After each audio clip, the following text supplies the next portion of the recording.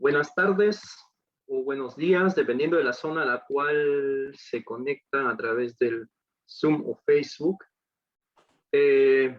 Mi nombre es Gino Niño Díaz y cumpliré el rol de moderador de este evento.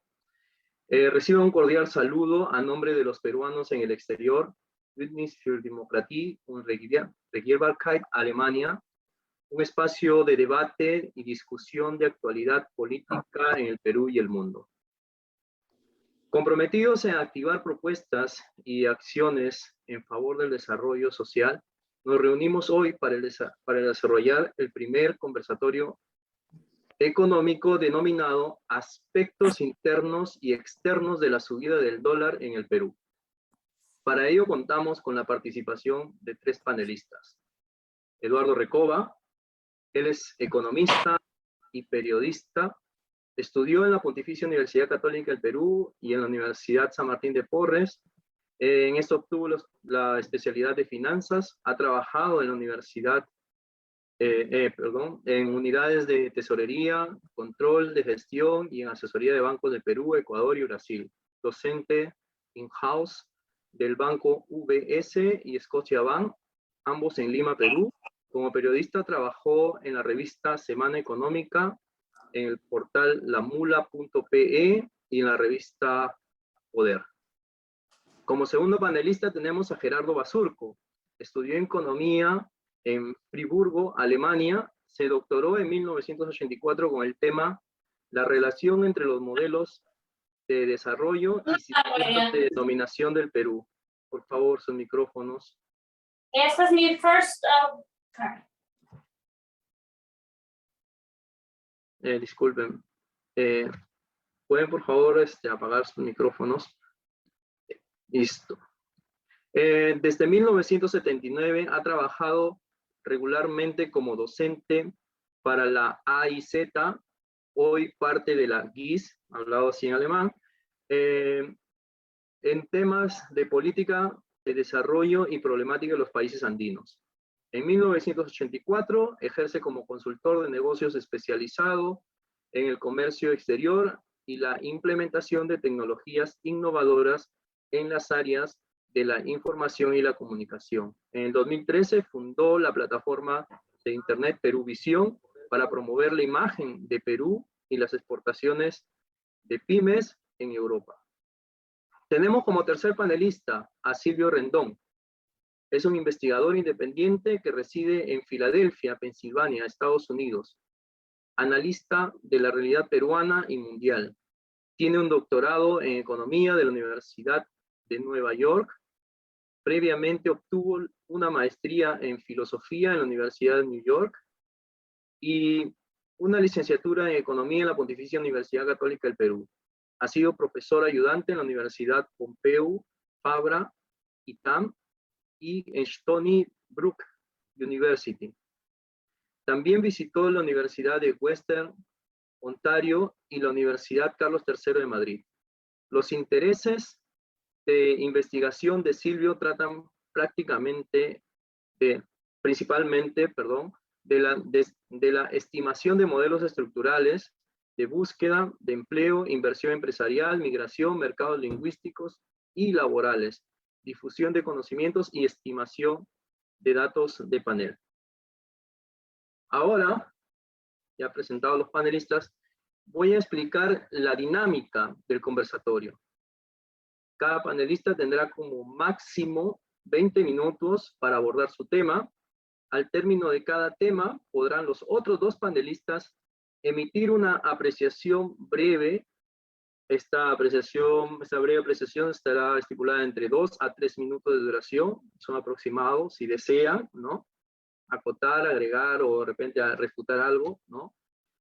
Culminado el debate entre los panelistas, se iniciará el bloque de preguntas entre los participantes. Las preguntas serán captadas a través del chat del Zoom y del Facebook. Entonces, pues, iniciaremos este conversatorio con Eduardo Recoba, con el tema ¿cómo funciona el tipo de cambio y cuál es el rol del Banco Central de Reserva en el Perú dentro de todo lo que está pasando ahora mismo Le cedo la palabra a Eduardo Recoba Martínez. Micrófono apagado, ya. Listo, gracias Gino. Bueno, un saludo a Gerardo, a Silvio. Pues un placer estar con ellos y compartir con ellos. A ver, el tipo de cambio, digamos, para una economía de mercado abierto, funciona, digamos, opera en función al mercado. ¿Esto qué significa? Digamos, se mueve alrededor de una determinada oferta y una determinada demanda por este activo, porque el dólar después de todo es un activo. Y en ello hay que ser muy claros, ¿no? Porque hay, digamos, un paréntesis, hay que ser muy claros porque existe pues una visión de que el tipo de cambio se puede pues intervenir a través de la fijación o una suerte pues de clausura o candado que se le pone para evitar esas fluctuaciones. Eso no es tanto no corresponde tanto al momento actual de los mercados. Con esto cierro paréntesis. Bien, el mercado efectivamente se mueve en función a la oferta y la demanda en cualquier economía, no sé, una economía estructurada o diseñada en función a, digamos, acceder a una libre flotación o a una libre fluctuación, ¿verdad? Entonces, es importante observar que dentro de los cambios, dentro de las fluctuaciones, dentro de las marchas y contramarchas de los mercados alrededor del cruce sol versus dólar, en este caso dólar de los Estados Unidos, hay o existe un componente, primero de volatilidad, que es, o puede ser una volatilidad importada, ¿no? Así como tenemos una inflación importada, puede también tener origen en una volatilidad importada, porque en los mercados globales, en el Forex, que es el mercado de divisas global, pueden existir estas fluctuaciones también, o puede corresponder a un momento o a una coyuntura, a un contexto específico de incertidumbre política, fundamentada o no, pero existe, o puede corresponder a un momento de especulación, ¿no? Con lo cual tenemos que hay agentes económicos que pueden estar yendo en contra, ¿no? De esta natural performance, natural dimensión del tipo de cambio. Todas estas variables, todas estas, digamos, dimensiones, muchas de ellas no son diversificables desde, digamos, la estimación o pronóstico o incluso proyección económica. Bien, muchas de estas variables no pueden ser, digamos, mensuradas desde lo diversificable. Y ello, digamos, nos lleva ya al rol, ¿no? A un rol específico, puntual, de una entidad emisora, de un banco central, cualquiera que sea la economía, ¿no? Bueno, salvo si es pues Corea del Norte, ahí ya olvídate, ¿no? O si es Cuba, pero bueno. El rol o el papel del Banco Central es un rol totalmente autónomo dentro del aparato, digamos, de gestión pública. ¿Esto qué significa para los que pues, nos están viendo? Significa que el BCR, creo que no me estoy yendo de boca con la comparación, es una suerte de Vaticano dentro de la gestión pública, ¿no? Tiene roles, tiene una normativa interna, tiene un código interno que le facilita justamente moverse alrededor de un componente monetario de la economía, no real, sino monetario. Que tenga impacto en la economía real ya es otro cantar, pero tiene una autonomía que le permite tener, digamos, esta suerte de respiro para justamente maniobrar al interior de variables que pueden ser, como dije hace un ratito, volátiles o colgarse de movimientos poco técnicos o poco fundamentados como una suerte pues, de especulación, ¿no? Como es el caso del dólar. Entonces, el rol o el papel o la responsabilidad del Banco Central de Reserva en esta trama del dólar tiene que ver justamente con su normativa interna, ¿no? De ser una entidad autónoma, vigilante de la formación de precios en una economía, esto significa inflación, y evidentemente buscando siempre la consolidación monetaria, bancaria, alrededor del mercado de dinero, lo que es básico en cualquier economía que tiene y debe de tener esta consolidación monetaria traducida en una buena potencia en función a las reservas internacionales netas, una buena potencia en función a la posición del cambio de BCR, que es el stock de maniobra, ¿no? con la que cuenta el BCR, no para intervenir el mercado de manera arbitraria o de manera antitécnica o de manera especulativa, sino para justamente maniobrar alrededor de estas fluctuaciones del tipo de cambio. en buen cristiano, el Banco Central de Reserva, ante fluctuaciones del tipo de cambio, tiene facultades constitucionales, tiene facultades dentro de su ley orgánica que le permiten participar, ojo con el verbo, participar, no regular, no supervisar, no, participar en el mercado de divisas, en el mercado de dinero e incluso en el mercado de créditos a través de la tasa de referencia, pero eso es otro tema. Bien, tiene esas facultades para buscar un equilibrio dentro de esas fluctuaciones, ¿no?, que pueden decantar en una disparada del tipo de cambio como estamos viendo ahorita, o todo lo contrario, ¿no? Puede, digamos, intervenir para evitar que el tipo de cambio tenga una presión bajista que pueda afectar también la consolidación monetaria, ¿no? Entonces creo que por ahí va la cosa, creo que ese es un esquema muy introductorio, perdón lo efectista de la exposición, pero creo que es, digamos, la base o lo básico que tenemos, o el escenario base que tenemos que tener todas y todos en estos momentos para poder comprender lo que está pasando en el tipo de cambio. Ya más adelante iremos desarrollando más dimensiones. Listo. Muchas gracias, Eduardo. Bueno, el tiempo máximo eran 20 minutos, ¿no? ¿Alguna pregunta por parte de los otros dos panelistas o alguna acotación, algo que agregar ahí a lo que Eduardo pues ha dicho, algo de complementar, o ya pasaríamos al segundo panelista entonces, en este caso? Yo quisiera darle la oportunidad de que comente algo sobre lo que está ocurriendo con el dólar y lo que se viene diciendo que el dólar está aumentando por el nuevo gobierno, esta relación política y tipo de cambio, ¿no? Como no ha agotado su tiempo, quisiera darle la oportunidad de que comente por ahí. Estamos mismo debate electoral. Pero ustedes me avisan porque creo que hay temas acotados. Gerardo, Silvio, ustedes me avisan para no meterme en sus temas, por si acaso, para estar bien coordinados. A ver, sí, dale. A ver, sí, efectivamente hay un contexto, como expliqué hace un ratito, donde el tipo de cambio, como cualquier activo, ¿no?, un activo ya sea de corto plazo, digamos, de posición de corto plazo, como llaman los economistas financieros, cuando uno adquiere o vende un activo en el día, ¿no?, con una estrategia de overnight, como le dicen, ¿no?, de un día para otro, o sea, un activo de largo plazo, ¿no?, que tiene que ver ya con una estrategia más de posición. Bueno, como sea, siempre hay o existe una cuota no diversificable que es muy complicada medir o mensurar en función al riesgo, ¿no? Puede ser, y en este caso, evidentemente, el tipo de cambio es una variable, un activo extremadamente complicado de predecir.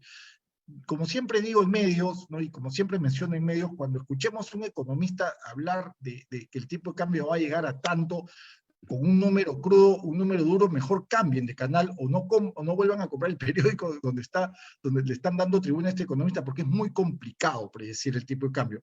Entonces, el momento actual que estamos viviendo, en función a esta variable que, repito, es muy poco diversificable, es un momento en concreto político.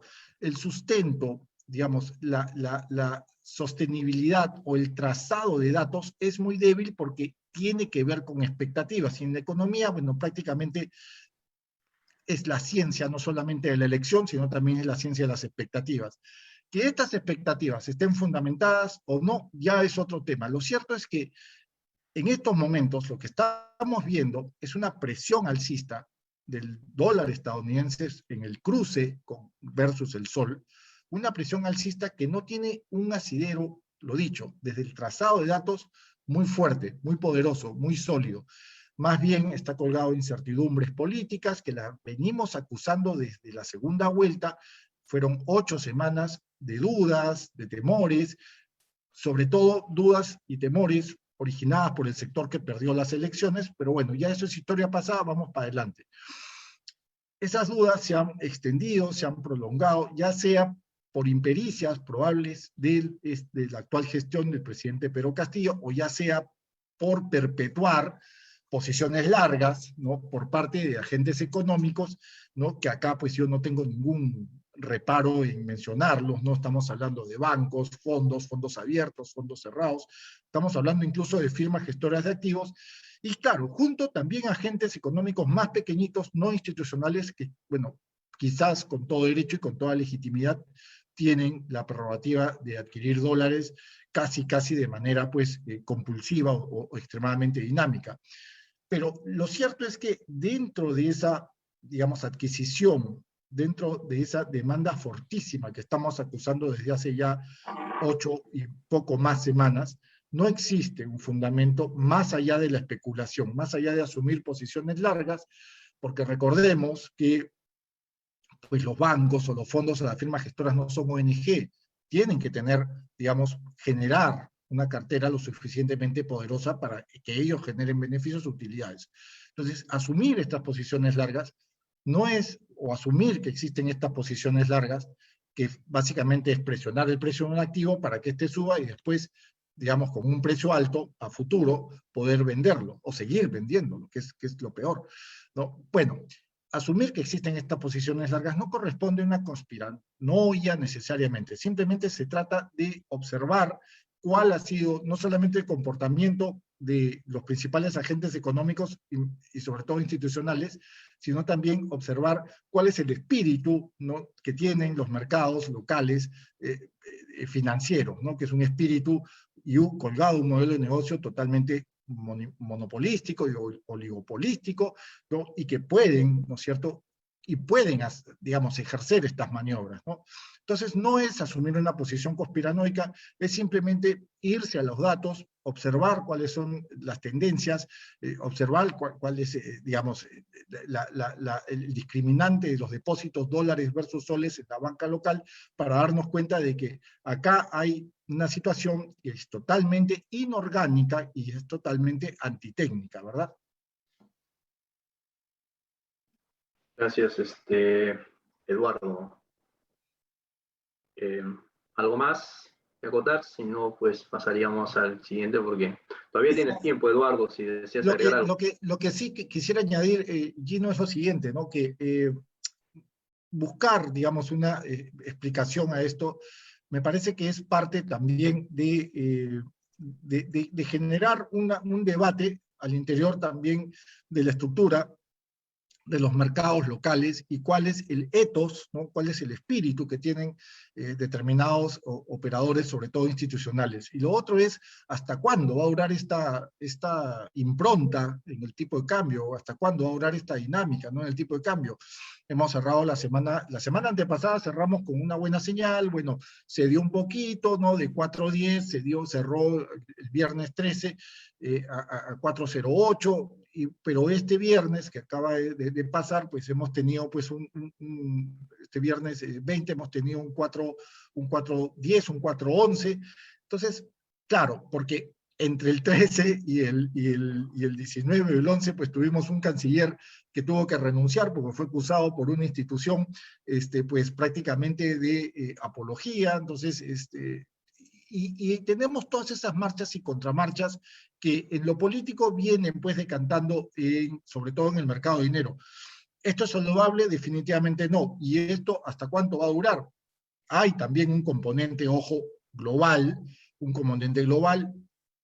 El dólar ha venido fortaleciéndose en las últimas 3 semanas, ¿no?, por los buenos datos de empleo de los Estados Unidos, no buenos, pero saludables datos de empleo en los Estados Unidos, por el componente fabril de los Estados Unidos que está dinamizándose, por la potencia fiscal que tiene los Estados Unidos, y lo más importante, lo que ha pasado en los últimos 5 días, que la Reserva Federal, que es el sistema de la Reserva Federal que agrupa 12 bancos centrales en los Estados Unidos, ya anunció que ya no va a seguir, digamos, con una suerte de flexibilidad monetaria, que más bien se va a poner un poquito duro. Y eso evidentemente, ¿por qué? Porque también Estados Unidos está preocupado por su inflación, y el FED, o la FED, la Reserva Federal, ha decidido ponerse un poquito duro, ¿no?, un poquito inflexible, no comprando activos, por ejemplo, de la banca, para que esta inflación vaya controlándose. Eso, esperemos que, digamos, eso le ha dado un impulso al dólar, pero todo lo que sube en algún momento va a tener que bajar. La Reserva Federal no va a estar, digamos, dándole tampoco tanto, digamos, no va a estar asumiendo actitudes más, digamos, duras por mucho tiempo. No creo que le dure mucho porque también ellos tienen que reactivarse, y la reactivación en el caso de los Estados Unidos tiene que ver con la reactivación por demanda. Y la inflación que tienen, no quiero complicar mucho el tema, la inflación que tienen también es por demanda. Entonces, ellos no pueden ponerse muy duro porque tienen que, digamos, empujar más la economía. Y empujar más la economía significa aceptar 1 o 1,5 puntos de inflación para que, no sé, estoy inventando, en 10 años tengan escuelas, tengan un mejor sistema sanitario, un mejor sistema de salud. Creo que por ahí va la cosa. Entonces, eso definitivamente va a significar que el efecto del impulso actual que tenemos en los mercados globales del dólar va a ser temporal. Es cierto, es sistémico, pero va a ser temporal, ojo, y va a ser global, con lo cual esperemos que por lo menos en los mercados globales el dólar vaya decantando o vaya convergiendo hacia una ruta un poquito más estable, y esperemos que eso también influya en los mercados locales, ¿no? ¿Cuánto será? Bueno, pueden ser 2, 3 meses, pero también, y acá vuelvo con la reflexión de Silvio, tiene que ver evidentemente con un contexto político. Tenemos que observar mejores señales desde la política y tenemos que observar sobre todo más orden, porque el tema político en el Perú, y esto para los alemanes, para los peruanos expatriados que nos están escuchando, el tema político es un tema de orden, tienen que ordenarse más, no puede ser que lancen gabinetes desordenados, con marchas y contramarchas en función a un interés específico. Entonces creo que en la medida que este gobierno vaya asentando más, recordemos que tuvieron 8 días para la transición, en la medida que se vaya asentando más, creo que las señales que viene dando tanto el componente real de la economía a través de Pedro Franque como el componente monetario a través de Julio Velarde, presidente del BCR, creo que esas señales en algún momento tienen que recaer o calar en buen puerto. No puede ser que bancos, fondos y firmas gestoras de activos sean tan duras de no aceptar señales tan saludables que se vienen ejerciendo tanto desde el MEF como desde el BCR ya desde hace muchas semanas. Con esto sí ya terminé. Muchas gracias, Eduardo. Gerardo quería contar algo, parece que lo vi levantando la mano, Gerardo. Bueno, lo que probablemente, pero de una manera corta, o sea, lo que me preocupa un poco son las ventas en dólares que está haciendo el BCR. Y también hay salida de capitales del Perú, ¿no? Y se hace mención a un monto realmente bastante elevado, lo que es naturalmente peligroso a futuro, ¿no? Por ahí he escuchado mencionar que en lo que va del año hay como 10,000 millones de dólares que han dejado el país. Sí, más o menos se está calculando entre un poquito más, quizás, ¿no? Entre 13,000 ha sido el último dato, pero las cifras van y vienen, Gerardo, ¿no? Entonces, lo complicado es, digamos, no había un medio que ha respaldado estas cifras, ¿no? O sea, y el BCR menos, o sea, el BCR no se ha pronunciado, pero bueno, vayamos al hecho de que sí, efectivamente, ha habido, o hubo, ¿no es cierto?, en las últimas 8, 9, 10 semanas, efectivamente, ¿por qué no pensar que no fue así? Efectivamente, una salida importante de capitales. Ahora, también hay que pensar en lo siguiente, ¿no? Que por lo general, la historia económica nos ha demostrado que los primeros capitales que salen, pues son los más líquidos, ¿no? Y cuando hablo de más liquidez, hablo pues de papeles, ¿no? De acciones, bonos, instrumentos derivados, depósitos, certificados de depósitos, ETF, CFD y todas las letras que nos quisiéramos inventar. Pero lo cierto es que lo que queda pendiente, ¿no es cierto?, son los activos menos líquidos, y ahí está lo complicado. Ahora, ¿quiénes están o estarían detrás de estas salidas prácticamente intempestivas, ¿no?, de capitales? Bueno, patrimonios familiares, acá voy a dar un poquito de Piketty, patrimonios familiares que la verdad que son patrimonios que no han generado en las últimas 3 décadas, mayor impulso de la economía. Son patrimonios ociosos. Son patrimonios ociosos que, lo dicho, han retirado, si es que lo han hecho efectivamente, y en la cantidad que mencionan los medios, han retirado los activos más líquidos, lo que es más fácil vender y lo que es más fácil colocar en el exterior. Pero les quedan casas, les quedan terrenos, les quedan edificios, les quedan maquinaria, les quedan fábricas, yates, no sé, caballos árabes, arte, lo que tengan pueblos millonarios en el Perú, y los no millonarios, ¿no? Porque no solamente son mega ricos, también hay gente que tiene un patrimonio que, caracho, con todo derecho, me imagino, ellos pueden generar sus expectativas. Entonces, pero ahí viene lo difícil, porque estos activos, que no son tan líquidos, van a tener un proceso de redención a futuro, y eso va a llevar tiempo. Eso por un lado. Por otro lado, efectivamente, hay una preocupación, digamos, porque, digamos, que el BCR intervenga, no, qué feo, que el BCR participe en los mercados, ¿no es cierto?, comprando, vendiendo, pues en este caso vendiendo para controlar la fluctuación del tipo de cambio, ¿por qué no pensar que puede provocar una senda riesgosa a futuro, a largo plazo? Ahorita no porque la posición de cambio del BCR es sólida, ¿no? Eso no implica que lo haga invulnerable, ¿no es cierto? No porque yo me ponga la vacuna, hace un mes me puse la Pfizer, pues no puedo ya irme a una discoteca a bailar, ¿no? O un beer garden, ¿no? A tomar cerveza, no, tengo que cuidarme, tengo que seguir cuidándome. Entonces, el BCR tiene una posición de cambio, que es este stock de dólares, para que la gente nos entienda, con la que el BCR puede maniobrar en el mercado Forex local, fuerte, no vamos a decir poderosa, pero sí muy sólida, ¿no? Se acerca mucho a las reservas internacionales en términos de cifras, ¿no? Tenemos 72.000 a julio, me parece, en reservas internacionales, y la posición de cambio del BCR está por ahí, ¿no? Está entre 60, 61.000 millones de dólares. El BCR ha gestionado alrededor de 11, si la cifra alrededor de 11.000 millones de dólares con ventas desde hace 8 semanas, 9 semanas. Esto está bien, esto está mal, bueno, es parte del rol, como dije hace un ratito en mi primera intervención, del Banco Central de Reserva. Esperemos que el Banco Central de Reserva no pille más de su posición de cambio, sobre todo a largo plazo, porque tampoco la idea es que el Banco Central de Reserva sea una babysitter, ¿no? de los mercados, ¿no? Más bien, el Banco Central de Reserva tiene que ser, más que una babysitter, tiene que ser, pues, como un coronel, ¿no? Un coronel que diga, ya, estas son las reglas, por favor, disciplínense, no tomen tanta cafeína, banqueros, no tomen tanta cafeína, banqueros, no fagociten tanta azúcar y pórtense bonito, ¿no? Porque yo acá estoy preservando una estabilidad que ustedes tienen que extenderla y tienen que prolongarla, ¿verdad? Muchas gracias.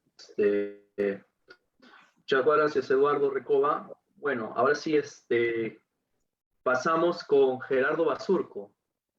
Gerardo, bueno, aquí empezamos prácticamente tu tema con una pregunta. ¿Cuál es la fluctuación del dólar y su impacto en la canasta familiar? ¿Hay influencia al respecto? ¿O según lo de tu tema?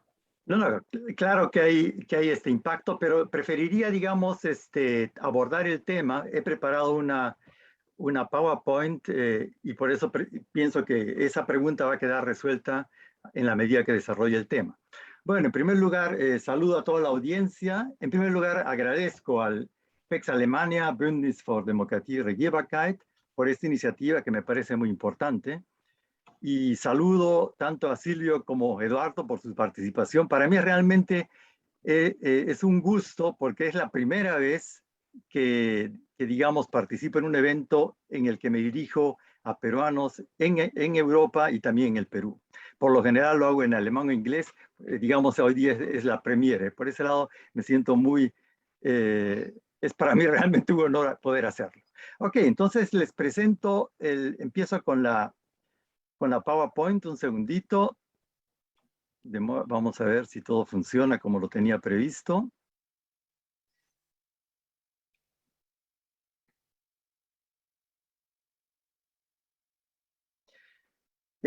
Bien. ¿Pueden ver bien la pantalla? Ok. Bueno, ya el tema lo había dicho Gino al principio. Bueno, esos son los temas que yo voy a tratar, o sea, la evolución del precio de dólar, la canasta familiar, el impacto del precio del dólar en la canasta familiar, ciertas conclusiones y recomendaciones, si así las podemos definir. Bueno, yo creo que ya se me adelantó Eduardo al hacer mención, ¿no?, que el valor del dólar está determinado por la demanda y la oferta hacia el dólar, ¿no? Yo creo de que ese es, digamos, el contexto actual, no es como fue hace 50 años atrás o qué sé yo, ese es el punto de partida, ¿no? Estamos hablando de que el dólar se comercializa pues libremente y depende de la demanda y oferta global. Acá les tengo, espero de que esto se vea bien. Acá esto no debería haber venido en este momento. Bueno, acá les quería hacer mención cuál es el desarrollo del valor del dólar a nivel mundial. En la parte de adelante acá nos aparece cuál es el desarrollo, la paridad dólar al euro. Y lo que vemos que el dólar en relación al euro ha aumentado, digamos, en los últimos de junio a la fecha, ha aumentado su valor. O sea, es un fenómeno en sí global. O sea, a veces se piensa, sí, en el Perú nomás está sucediendo eso. No, señores. También es así en relación al euro. Y si es que viéramos una canasta de divisas de distintos países, vamos a ver que es el mismo fenómeno. O sea, a nivel mundial, por una serie de razones que ya mencionó Eduardo, o sea, el desarrollo de la economía americana, como también de la recuperación de la economía mundial, porque en la época post-pandemia, o sea, se nota de que estamos yendo, digamos, hay cierto crecimiento, ¿no?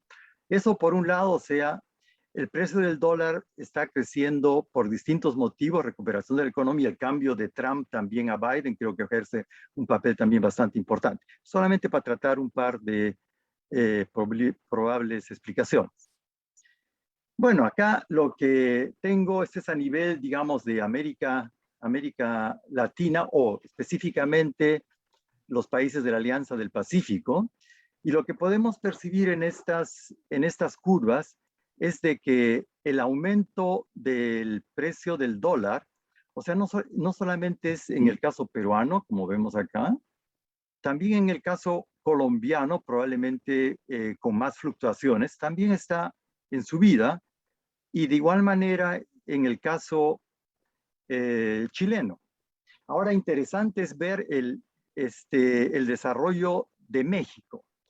Y en el caso mexicano podemos hacer probablemente ya un paralelismo al caso peruano.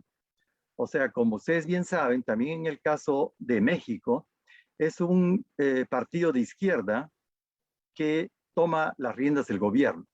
Y por lo tanto, esa es la explicación de esta fase en la cual el peso mexicano perdió bastante en valor en relación al dólar, pero después de la subida, como ya se hizo mención, bueno, hay fluctuación, viene la bajada, y lo que vemos es de que acá ya hay una estabilización del peso.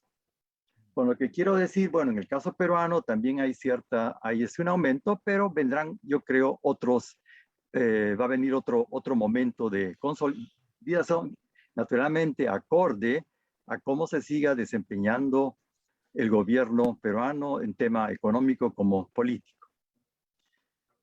Bueno, acá causas de la mayor demanda, digamos, económicas, por ejemplo, se puede dar una mayor demanda por el aumento del valor de las importaciones.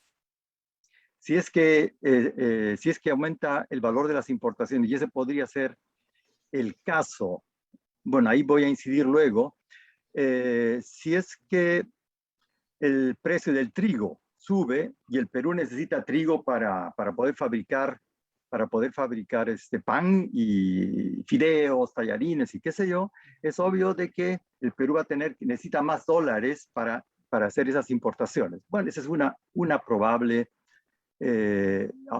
causa de la mayor demanda. Ahora, bueno, o mayor demanda o el aumento del valor del dólar. Ahora, en el caso peruano, yo creo que eso ya lo hemos tematizado y es una de las explicaciones también, es de que la incertidumbre sobre el desarrollo económico político de un país, y en el caso peruano, es el caso en las últimas 8 semanas, es de que esta incertidumbre crea pues hay problemas, la gente no sabe en qué dirección va, no se atreve, digamos, a hacer inversiones, por ahí uno que el otro, como hizo mención Eduardo, dice, ok, voy a asegurar algunos dólares y los saco del país, ¿no? ¿No? Bueno, y por último, digamos, lo otro que está muy ligado también a lo político es una cuestión psicológica, no son las expectativas a futuro. Si es que yo no veo futuro, entonces, bueno, voy a empezar también a adquirir dólares, o pienso, digamos, bueno, como se hizo mención, primero lo más líquido, ¿no? Y después, si es que efectivamente la situación se pone más difícil, se pueden ir vendiendo otro tipo de bienes. Bueno, esto es lo que se refiere a este aspecto. El impacto de estas fluctuaciones del dólar, bueno, por lo general es así de que si suben los precios, si sube el dólar, suben los precios, van a subir las importaciones, el precio de las importaciones en su conjunto. Por el otro lado, en la medida en la cual sube el dólar, digamos, las exportaciones del Perú en el extranjero van a ser más atractivas, ¿no? Esas son repercusiones que en el pasado se han utilizado también a veces para mejorar las exportaciones, ¿no? Pero por lo general, digamos, el cambio del dólar puede tener esas repercusiones. Ahora, en el caso peruano, se da justamente este tema de que muchas de las importaciones peruanas sirven para adquirir insumos para producción en el Perú. O sea, y mucho tiene que ver con la canasta familiar. Y ese es, digamos, el tema que desarrollo como siguiente punto. Canasta familiar, o sea, ¿qué productos, y esta es una selección, qué productos consumen los hogares peruanos? Y por un lado, esa es una estadística de Ipsos, y acá podemos ver por un lado si es en los hogares del Perú en general, o si es solamente de los hogares de Lima Metropolitana, porque ahí tenemos la tercera parte de los consumidores prácticamente. Y lo que podemos ver es que en esta lista, aquí tenemos productos de gran importancia como el pan, el pollo, trigo y el aceite, que son muy necesarios en la canasta familiar, y justamente estos productos tienen un contenido de insumos extranjeros, ¿no? Eso, digamos, para ver en la estructura de la canasta familiar, de por sí ahí hay un condicionante que tiene que ver con importaciones de distintos países. Ahora lo que podemos ver es lo que ha sucedido a nivel del desarrollo de precios hasta, bueno, esas son estadísticas del Instituto Nacional de Estadística e Informática, y esta se refiere, digamos, a los componentes básicos de la canasta familiar, y los que han tenido una suba mayor justamente en el mes de julio son estos tres primeros. Bueno, acá aparece como alojamiento, agua, electricidad, gas y otros comestibles. Importante acá es el precio del gas, ¿no? O sea, el gas ha subido bastante en las últimas semanas. Ese es un grupo de productos, y el otro son los alimentos y bebidas alcohólicas, ¿no? Y lo que ha habido, bueno, y ahí ha sido la subida justamente en el mes de julio, una de las mayores, o sea, empezando por alojamiento, agua, electricidad, gas y combustibles 2.37, en alimentos 2.18, y en transporte acá también incide el precio del petróleo, porque el petróleo también en los últimos meses subió también en relación a principios del año. Bueno, eso es lo que vemos para el mes de julio. Bueno, y acá también tendríamos el desarrollo del aumento de precios a nivel de enero a julio, ¿no? Que se dice que es de 3.43 a nivel nacional, pero vemos de que ese aumento es mayor en estas tres posiciones a las que ya hice mención. E incluso de enero a julio es mayor en lo que se refiere a alimentos. Y los alimentos con componente importado son los que tienen son los que han crecido también bastante fuerte. Acá tenemos las mismas cifras vistas, proyectadas a un año, de agosto del 20 al julio 21.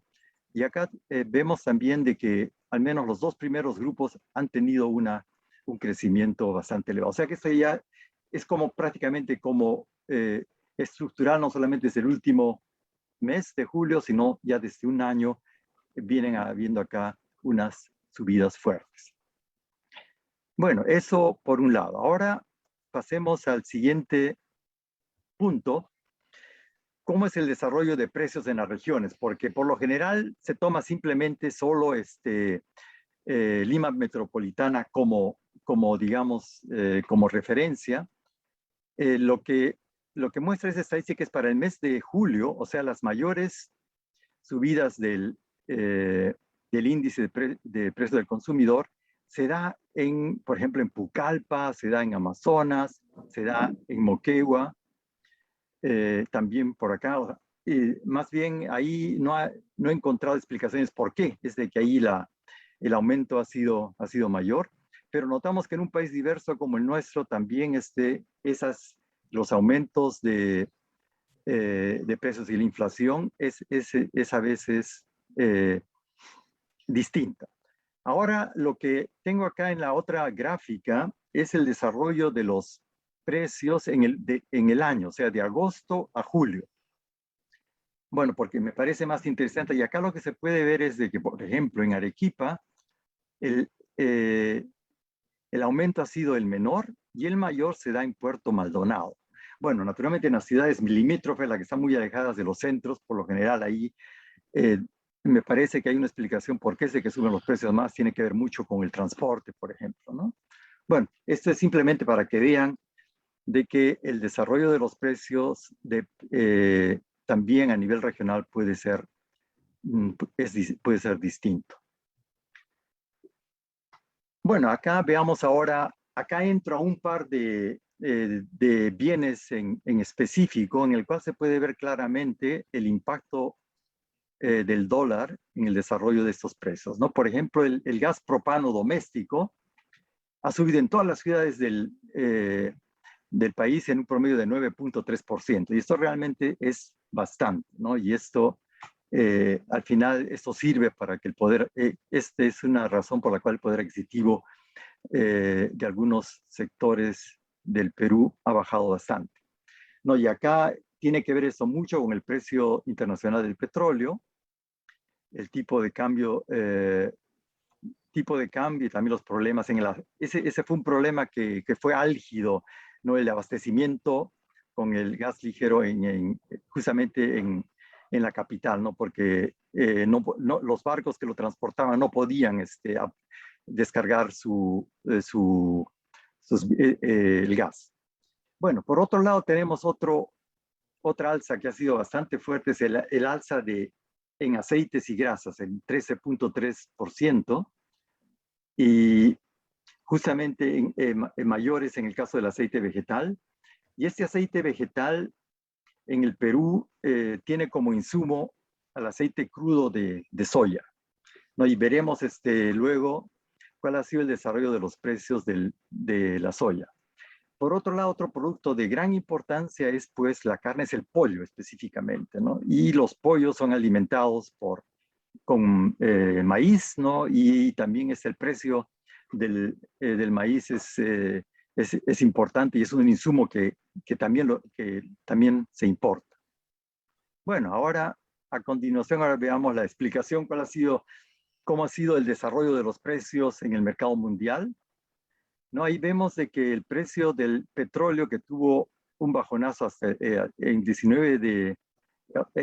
mayo del año pasado, no ha subido constantemente en los últimos meses, o sea que es un valor bastante elevado, ¿no? Y el petróleo tiene pues repercusión como en el transporte, en lo que se refiere a los fletes, etcétera. Eso lleva también a un aumento de los precios. Acá tenemos la cotización del aceite de soya. Acá vemos también de que ha habido un tremendo crecimiento, y esto repercute, pues para mí era desconocido que se empleaba tanto el aceite de soya, ¿no? Porque nosotros tenemos otras oleaginosas de las cuales se podría también ganar ese aceite vegetal para la cocina. Bueno, esto tiene que ver directamente con el aumento también del precio del dólar, y también por la demanda que hay hacia el aceite de soja. Perdón, disculpe que te corte, solamente quedan 5 minutos, ¿ya? Ok, muy bien. Acá tenemos el maíz, acá también vemos también el mismo desarrollo. Ha habido un aumento también en los últimos en el último tiempo, o sea, ya viene desde hace algún tiempo atrás, ¿no?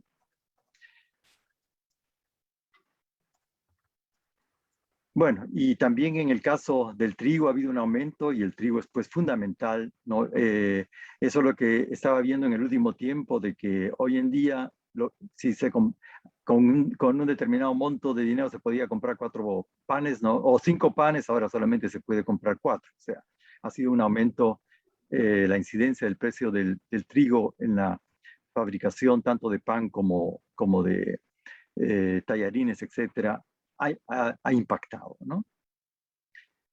Bien, bueno, ahora mis conclusiones, o sea, la dependencia de insumos de productos importantes de la canasta básica, bueno, hace que el aumento del precio del dólar repercuta en los precios de la canasta familiar, ¿no? Y bueno, ahí esa es una cuestión que afecta pues al bolsillo del ciudadano de a pie, ¿no? Bueno, la mayor demanda de dólares o de commodities se da por coyunturas, ¿no? O sea, a un aumento viene luego una baja, luego viene una estabilización, ¿no? Y en este momento estamos justamente en lo que se refiere a commodities en una fase, pues, en la cual han subido estos precios, que por un lado nos afectan, pero en el caso, digamos, de los productos minerales como el cobre, está pues ha alcanzado niveles bastante altos que luego se materializan en ingresos de dólares, exportaciones bastante elevadas. Bueno, y acá concluyen que lo que había dicho mi antecesor Eduardo, o sea, demanda de dólares en el Perú tiene un fuerte componente político y especulativo, ¿no? O sea, me parece que efectivamente es así. Bueno, y concluyo con la última recomendaciones. Bueno, o sea, en lo que se refiere a los productos de la canasta familiar, bueno, habría que ver la manera de reemplazar algunos insumos nacionales. O sea, en el caso del aceite yo creo que sería factible, pero no en todos, ¿no? Esa cuestión nos va a acompañar en tanto el precio esté por las nubes, ¿no? Sobre estos productos. Luego, otra recomendación, o sea, el mensaje del Ejecutivo debería ser claro y no ambiguo, ¿no? Porque eso es lo que vemos hoy en día. Lo que dice el premier Bellido, ¿no? O sea, es una cuestión, o lo que dice mismo Castillo, y mañana tiene que salir Franke indicando, no, pues así no era la cuestión, control de precios no es lo que queremos, sino es otro tipo de cosas. Ahí debería haber un mensaje bastante claro, una política coherente y gente competente en los puestos, digamos así, importantes. Bueno, y por último, la autonomía del BCR en la administración del valor del dólar es importantísima, ¿no? Lo que ya comentó Eduardo. Muy bien, bueno, esa es mi presentación y estoy Muchas puesto a las preguntas. gracias, Gerardo. Muchas gracias, Gerardo. ¿Algo que agotar, Eduardo, Silvio, Rendón? Recuerden que tienen 3 minutos para agotar, refutar o bueno. No, sí, perdón, Silvio, no sé si, bueno, creo que ya. Sí, voy a comentar nomás un poquito, no sé si me escuchan, sí, ¿no? Sí, sí. Sí, bueno, efectivamente, Gerardo creo que ha sido muy claro, muy transparente al exponer cuál es digamos, el escenario base en función a la formación de precios, ¿no? Y solamente añadir a lo que dijo Gerardo, que me parece que es importante también destacarlo, ¿no? Que se trata pues de una inflación, Gerardo quizás no me va a contradecir, prácticamente no, es importada, ¿no? Es una inflación que la traemos pues por el lado, a ver, Gerardo mencionó el GLP, ¿no? El gas, la bombona, el balón de gas, ¿no? Que es tan importante, ¿no? Tenemos un GLP que basa su precio, me parece que es en Texas, ¿no? En una localidad de Texas, ¿no? Que es el referente para todo el GLP, el valor, el benchmark para todo el GLP a nivel global. Es una ciudad, en serio, googleen, no estoy inventando, es una ciudad en Texas que, digamos, es un clúster del GLP que pasa por ahí, y desde esa ciudad, no recuerdo el nombre, se fija el precio del gas. Evidentemente, esto viene también por un efecto del petróleo, ¿no? Cuya horquilla pues, de rangos de cotizaciones de valores ha subido pues, en un 50% a más. También la inflación importada, como bien anotó Gerardo, tiene que ver con el precio del maíz, en el caso de la carne de aves, con el precio del trigo, en el caso del pan, y evidentemente también con el precio digamos, de la soya, ¿no? La soya que también ha duplicado hace un año, un poco más de un año, estaba 800, digamos, la unidad de soya, ahora está a $1.600, ¿no? Dólares la unidad, ¿no? Que se mide en una unidad rarísima que se llama bushel. Pero bueno, son situaciones que nosotros, como economías de América Latina, ¿no? Porque esto es un tema global y regional, recibimos ese contexto de altos precios, de alta formación de precios, y la traducimos, ya sea por un efecto de transmisión, a nuestra realidad, que básicamente se lee desde la canasta básica familiar, ¿no? Eso nomás para un poquito secundar lo que dijo Gerardo, ¿no? Muchas gracias, Eduardo. ¿Algo más que agotar, Silvio? ¿O ya pasamos a tu ponencia? No, quisiera también una vez más darle la oportunidad al colega. Parece que en el Perú la inflación es el pollo, el principal producto de la canasta, así que se ha afectado, emblemático en los reportajes, en las explicaciones que se dan en los noticieros sobre la economía, es el pollo, ¿no? Y ahí es donde viene el principal impacto. A lo mejor puede comentar más sobre este producto. Gracias, Silvio. Gerardo. Bueno, no tengo que comentar, o sea, efectivamente el pollo es uno de los bienes que tiene más incidencia en la canasta familiar, ¿no? Listo, gracias. Gino, Bueno. solamente para decir que de repente voy a tocar carne con los alemanes, peruanos que están allá, pero te puedes meter con todo menos con el pollo a la brasa, ¿no? Es verdad. Bueno, eso sí. Métete con la camiseta del Perú de fútbol, métete con Claudio Pizarro, pero con el pollo a la brasa no te metas, ¿no? Y ese No, creo que por ahí. es que históricamente el pollo ha sido la principal fuente de proteínas Claro, en el claro. Perú, ¿no? Desde los 70, ¿no? Que vino el boom del pollo, se sustituyó la carne. La carne, pues, Perú no es Argentina, Perú es un país pollero. Exacto, no es ganadero, No es ¿no? un No es un país país ganadero, ganadero, ¿no? ¿no? No es un Claro. país donde se come bifes, es un país donde se come pollo. Entonces tocas el pollo, tocas el pan a la gente y la afectas mucho, ¿no? Iba por ahí más la reflexión. Listo. Muchas gracias a los tres. Ahora sigue el turno de Silvio Rendón. Silvio, con respecto a la economía global, ¿cuál sería su impacto en la economía nacional? La respuesta corta es muy fuerte, pero quería desarrollar un poquito más esta idea, ¿no? Yo no he preparado, ante todo es un gusto estar ante colegas tan distinguidos, en fin, un gran gusto. Y bueno, lo que les voy a comentar son cosas que estoy pensando individualmente, ¿no?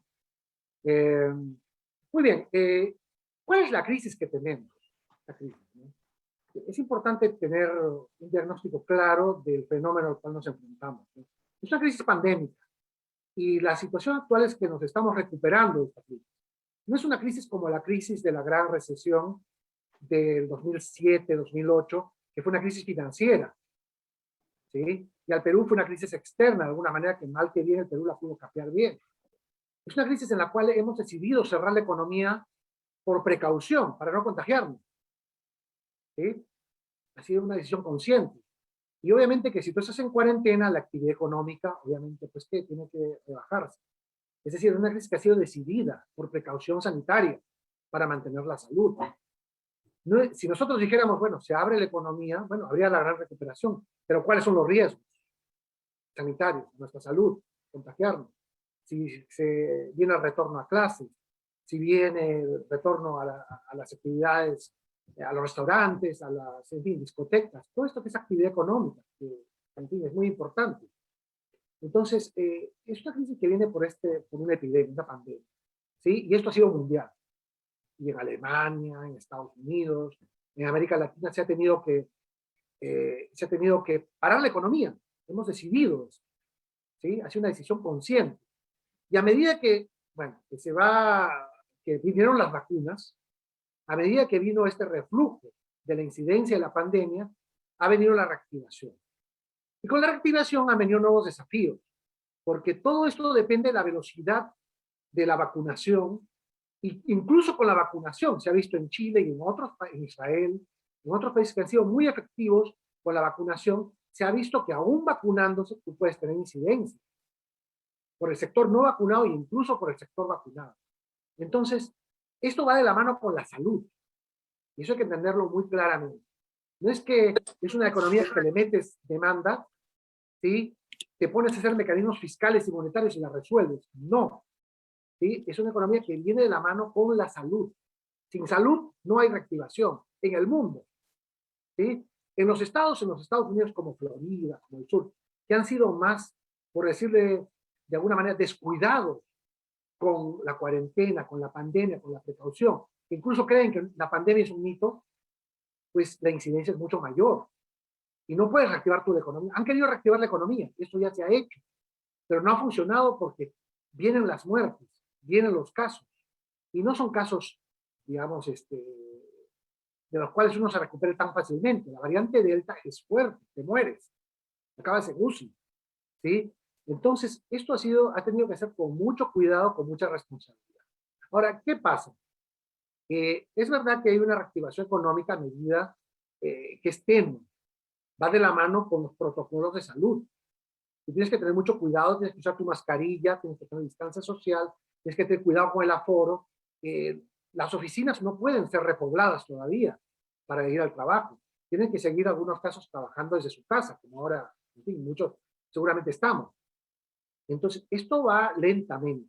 Y esto trae un nuevo desafío. Ya una palabra clave para eso. La palabra es reflación. Reflación. ¿Qué cosa es esto? Bueno, es la inflación que va de la mano con la reactivación económica. Cuando se reactiva la economía, no es que tú reactivas, empiezas a gastar, empiezas a hacer mecanismos monetarios y fiscales, y la economía ya se reactiva y va como un tren. No. Sino tienes bolsones en los cuales hay inflación.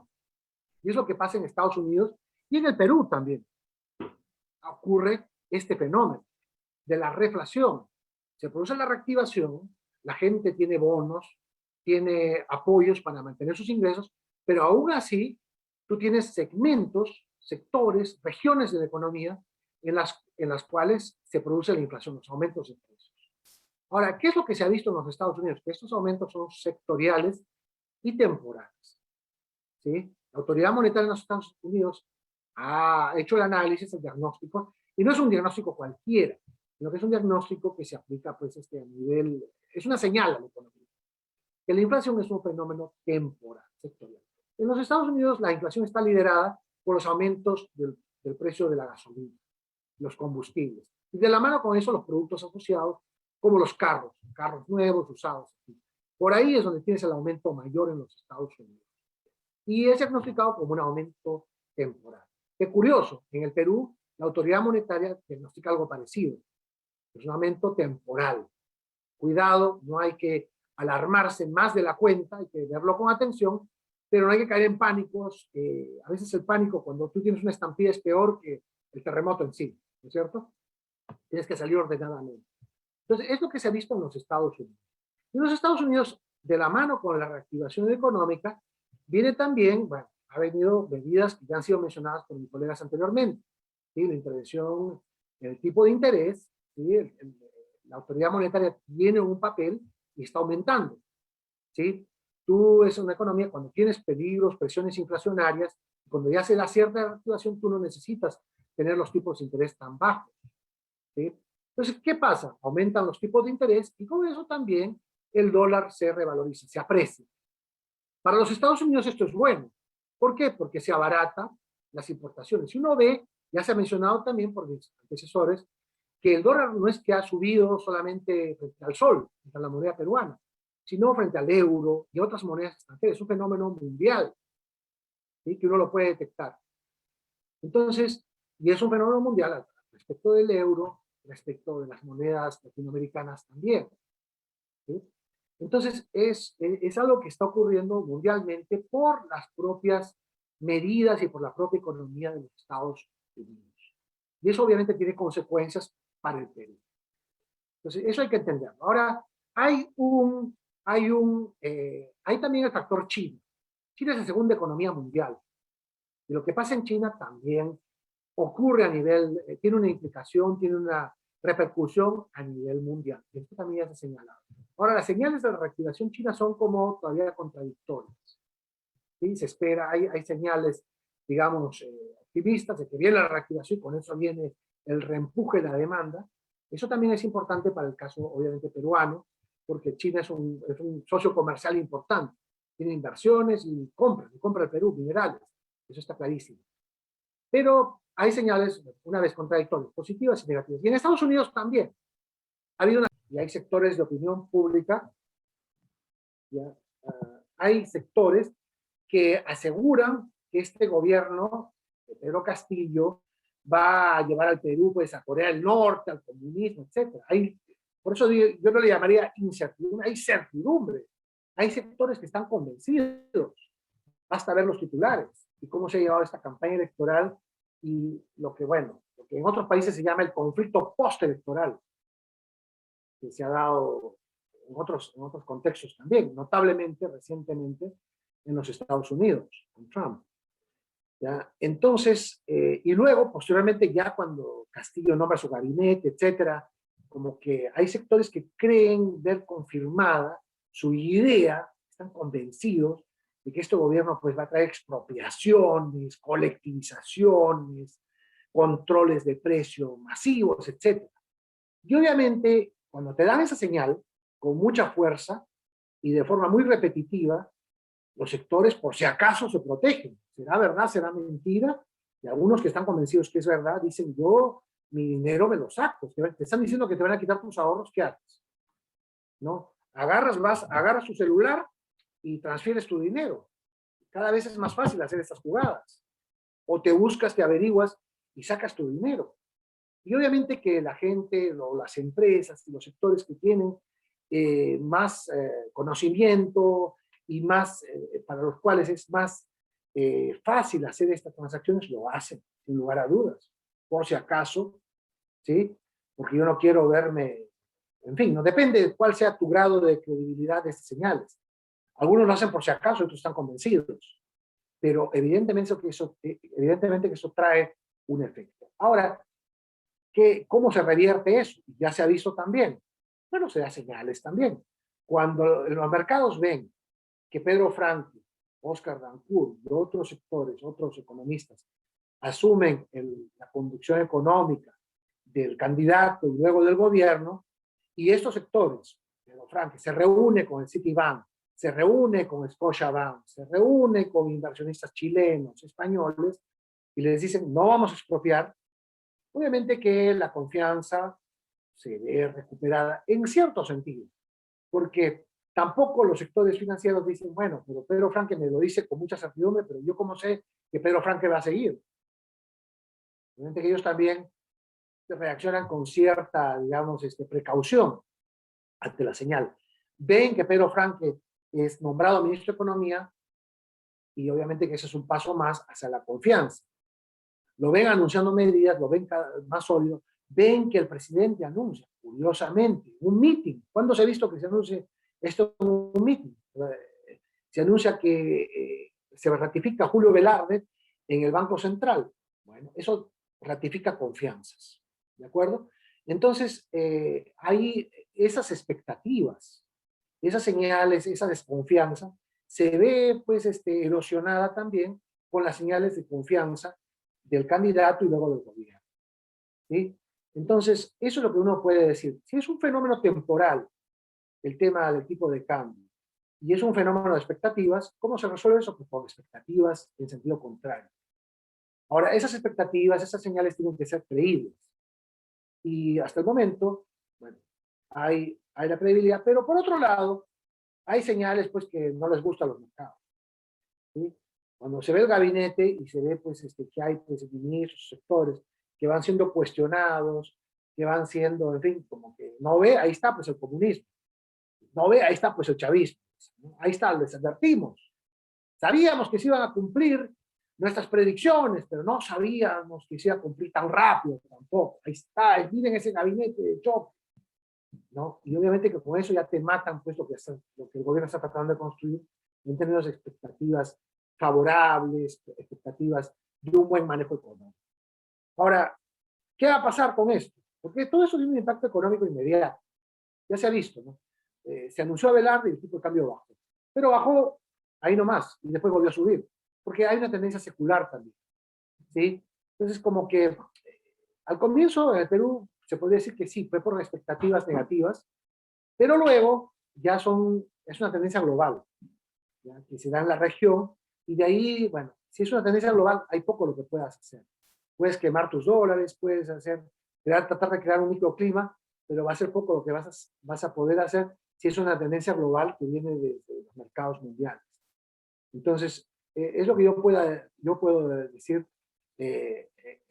sobre ese tema, ¿sí? El dólar va por una oferta y demanda y va por tendencias mundiales, y un país pequeño no va a ser poco lo que pueda hacer en términos de una tendencia global, ¿no? Ahora, el manejo de expectativas, sí, se puede manejar, se puede dar confianza. Los dólares que se han llevado fuera del país podrían volver, claro que sí, a medida que se ve que es un gobierno amigable a la inversión, ¿sí? Por ahí hay un par de proyectos, Conga, no va, no tiene licencia, no tiene rentabilidad social. Por ahí Tía María. Pero hay otros proyectos mineros que sí van a ir, que se puede negociar, que se puede lograr acuerdos y se puede evidenciar que tienen rentabilidad social. Tal vez Las Bambas, ¿ya? Si se logra convencer a la población que rechaza este proyecto, no lo rechaza del todo, sino rechaza los términos, ¿sí? Porque ellos también dicen, un momentito, están pasando no sé cuántos camiones por mi zona y eso me causa un daño. Yo quiero compensación por ese daño. Y tienen razón, tienen compensación por ese daño ambiental que les causa, ¿no? Por todo el pase de un montón de camiones, ¿sí? Horas y horas pasando camiones con carga pesada, ¿sí? Y tienen un efecto. Bueno, eso se puede negociar, ¿de acuerdo? Entonces yo ahí, sobre el tipo de cambio, que fue un poco mi tema, yo lo dejaría ahí por el momento, ¿sí? Eso que podría comentar, digamos, más globalmente. Bueno, si me permiten hacer un comentario, una pregunta a Silvio. Bueno, creo que ya hemos dejado un poquito el tema como tal, el económico, y nos hemos metido más en el tema político, porque, porque el asunto está, hay sigue habiendo inestabilidad en el país, y la pregunta es, ¿cuánto tiempo va a demorar esta inestabilidad? Y ese es un tema netamente político, a mi modo de ver, porque lo que vemos en el momento es que hay un reacomodamiento de las fuerzas políticas, tanto en la izquierda como en la derecha. Y hasta que esta cuestión no se aclare, se notan hay algunos signos. Yo pienso de que va a continuar esta desestabilidad. No sé qué piensas al respecto, Silvio o Eduardo. Yo estoy de acuerdo. No, si me permites responder inmediatamente, estoy de acuerdo, pero no se va a resolver. Es decir, el gobierno de Pedro Castillo no va a ser aceptado por sus opositores. No fue Kuczynski, no fue Vizcarra, no lo será Castillo. El conflicto político va a seguir. Y el desafío, yo creo, lo cual en una democracia, en fin, usual, miren España, ha habido caídas de gobierno, ha habido reacomodos, pero esos son esquemas parlamentaristas. En Perú tenemos un esquema ya casi mixto. Se supone que es presidencial, pero el Congreso ha agarrado tanto poder, puede vacar al gobierno, y esto no va a cambiar en el futuro pues, inmediato, en el mediano plazo, que estamos en un sistema híbrido. Entonces va a seguir habiendo esta inestabilidad, lamento decirlo. No es que se va a formar un bloque de gobernabilidad en el Congreso. No lo veo yo, ojalá, pero no lo veo yo. Creo que hay un desencuentro entre las fuerzas políticas. No hay un punto de intersección que se pueda lograr y se va a tener que vivir con eso. Pero a lo mejor sí se puede lograr un acuerdo a nivel económico, a nivel de los poderes fácticos, a nivel de la economía, a través de proyectos extractivos que tengan viabilidad social, ¿sí? Rentabilidad social. Es decir, no te vas a entender tú, o sea, no se va a entender Cerrón con Montoya. Eso yo no lo creo. Eso, no, Valdemar Cerrón o Vladimir Cerrón. Eso no lo veo con Montoya o con en fin, otros sectores. No lo veo, pero sí se podría entender Pedro Castillo con Roque Benavides, con el grupo Brescia, con los grupos económicos. Ya, eso sí se podría lograr a ese nivel. Ahora, no es que Roque Benavides llama por teléfono a Montoya y le dice, oye, ya me puse de acuerdo y párenla, ¿no? Así no es. ¿Sí? O sea, sí es verdad que la economía manda, pero no manda mecánicamente. ¿Sí? No es que esto se va a lograr a ese nivel, pero se podría lograr cierta gobernabilidad a nivel de la economía. Ahora, ¿cuál es el desafío finalmente? Ya, ahorita la Constitución, la nueva Constitución, con el control de la derecha del Congreso, es un tema que va a tener que esperarse un poco. O sea, se pueden presentar las firmas, ¿sí? Pero eso no va a seguir trámite. No va a seguir trámite, porque todo eso está controlado por comisiones que no quieren, por control del fujimorismo. Eso no se va a dar trámite. Así se presenta un proyecto, lo van a rechazar, al carpetazo. Y ahí quedó la cosa. Puedes presentar firmas, puedes ir al Tribunal Constitucional, puedes hacer el referéndum, pero de ahí que eso desemboque en una asamblea constituyente, se va a seguir insistiendo, pero no es algo inmediato para los primeros 100 días. Eso ya debe haber quedado claro. Entonces, ¿qué es lo que se puede avanzar? La reactivación económica, los bonos, protocolos de salud para la reactivación, que puedan funcionar los mercados populares, que puedan funcionar los restaurantes bajo protocolos de salud, la vacunación, bajar la edad de vacunación. Las vacunas se están perdiendo. Hay un vacunatón y la gente no va porque no cumple con los requisitos, ¿no? Pues bajas de edad y empiezas a atender a porque si no las vacunas se pierden también. ¿Sí? Es lo que puede hacer sensatamente un nuevo gobierno que alivie y que beneficie a la economía popular.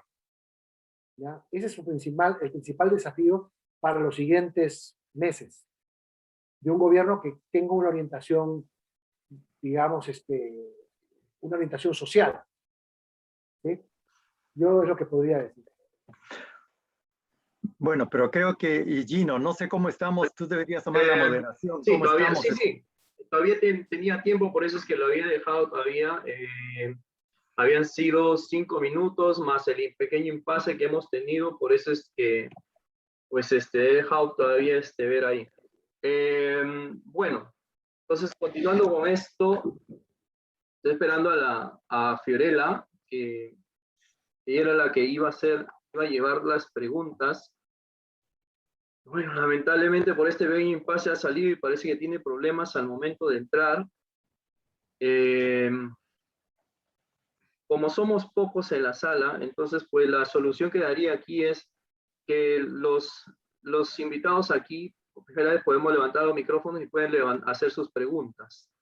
No sé si desean ustedes, pero por favor les daría 2 minutos a lo mucho para que puedan hacerle sus preguntas a los panelistas, dando tiempo a que entre la compañera Fiorella. Creo que por ahí leí preguntas por parte de Jacqueline, había leído por parte de Tito, también había hecho una pregunta. Sonia también había hecho preguntas. No sé, a ver, pueden levantar el micrófono si desean. Hola Gino. 3 minutos como máximo, ¿ya? Buenas tardes a todos y a todas. ¿Me escuchan ahí? Sí, muy bien. Sí. Bueno. Primeramente, la verdad que muy interesante la propuesta de este conversatorio, porque la verdad que yo, no estaba sumándome y la verdad que aprendí un montón con lo que los compañeros que han estado exponiendo me han actualizado de muchas cosas. No, una de las preguntas que creo que me contestó el compañero Silvio, y disculpe que le diga compañero, pero estoy acostumbrada a hablar a mis pares de esa manera. La pregunta más concreta es, sabiendo que desde la economía popular en Perú, que sabemos que se visibilizó a raíz de esta pandemia, y con este factor que me parece que es preponderante en la economía peruana, ¿por qué no utilizan o empiezan a generar algunas políticas públicas sociales de integración para las pequeñas economías que se están resurgiendo en los diferentes territorios? O sea, Por eso mi pregunta era si las políticas de retención o de impuestos en las grandes industrias, o más que industria, no, en las grandes empresas monopólicas del extranjero y nacionales en Perú, se están realizando, ¿hay alguna propuesta concreta? Y también esto de empezar a aplicar algunas políticas públicas del Estado para el territorio, para obviamente ir solventando a aquellas pequeñas economías diarias que son las que justamente están resurgiendo a raíz de las crisis, ¿no? Y que se visibilizó a raíz de toda esta crisis mundial. Por eso mi pregunta concreta era si hay políticas públicas concretas, activas y con financiamiento para hacerlo, o directamente están en una mera propuesta simplemente, o no hay. Esa es la pregunta que quería hacer. Muchas gracias, Sonia. No sé, cualquiera de los tres ponentes desean responder la pregunta. Pueden levantar su micrófono. A ver, yo podría, en todo caso, dibujar o ensayar una respuesta. A ver, políticas en firme, digamos, leyes o legislación en firme, por ejemplo, que haya o que busque mayores espacios para la PYME y la MIPE, ¿no? Que son el 98% de las empresas en el Perú. De momento, existen ensayos, existen, digamos, una legislación en su fase beta, ¿no es cierto?, en su fase piloto, pero, digamos, en concreto, la búsqueda de estos espacios para generar mercados internos o, en todo caso, para ampliar más, digamos, la capacidad de la dinámica interna de los mercados, no existe, no se detecta al menos, ¿no? O sea, hubo digamos, en la anterior gestión, no la del presidente Sagasti, sino la del presidente Vizcarra, hubo efectivamente un planteamiento en función a reformas políticas, a reformas judiciales, a reformas de gestión pública, y en esa línea también ingresaban reformas de gestión de presupuestos, ¿no? Fue un gran avance que de alguna manera se truncó, ya sabemos por qué, por estas cosas tan anecdóticas, por decir algo, en la política peruana. Ahora, hace ya unos, a ver, vamos a ver, estamos hablando de 2014, ojo, estamos hablando ya del 2014, son 7 años, hubo sí efectivamente el diseño, ¿no?, de políticas que tenían como meta, ¿no?, como objetivo, reformular, reperfilar un espacio en función a diversificación productiva. Se instalaron incluso mesas de diálogo en función a estas, digamos, dimensiones, pero igual se quedó, digamos, un poquito en blanco. Ahora, usted pregunta si hay alguna, digamos, propuesta en firme. La verdad es que, por lo menos yo de momento, y yo más o menos que he seguido la trayectoria de colectivos civiles, el año pasado participé en el Pacto Perú, ¿no es cierto? Y con gremios, con, digamos, actores desde la política, desde la economía, desde la empresa. Bueno, políticas públicas en función a la pequeña, mediana, microempresa, no hay. Estamos en el camino de diseñar, por ejemplo, un Banco de la Nación, ¿no es cierto? Un Banco de la Nación, vamos a llamarlo así, tipo Millennial 2.0, ¿no? Un Banco de la Nación que vaya, digamos, decantando en una línea de negocio de actividad hacia la PYME y hacia la MIPE, ¿no? Como una suerte de microfinanciera gigantesca, ¿no?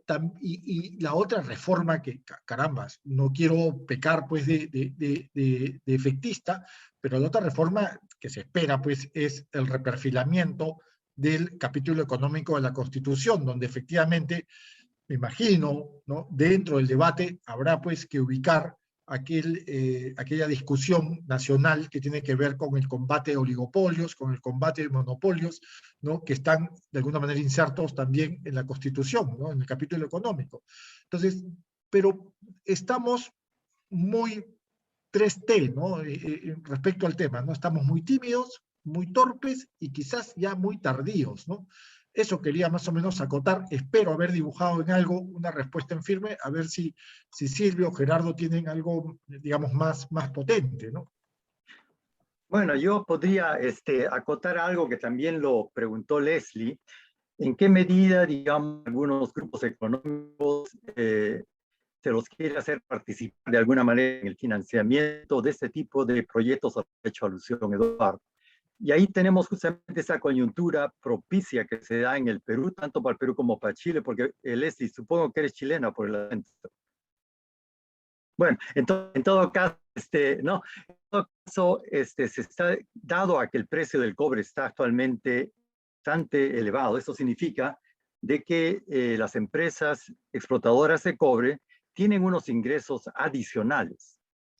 Y se está discutiendo en qué medida se podría hacer participar. Incluso Silvio hizo mención a Roque Benavides. Yo creo que ha sido también en algún momento él estaba planteando, bueno, de que también esa burguesía, bueno, que no tiene, que no se le puede tildar de nacional, pero en todo caso estarían dispuestos en esta coyuntura también a dar su granito de arena. O sea, yo creo de que justamente en ese caso del precio de algunos minerales en la coyuntura actual, que es post pandemia, sería muy importante, necesaria, y creo que el país podría, en torno a este tema, podría ponerse de acuerdo.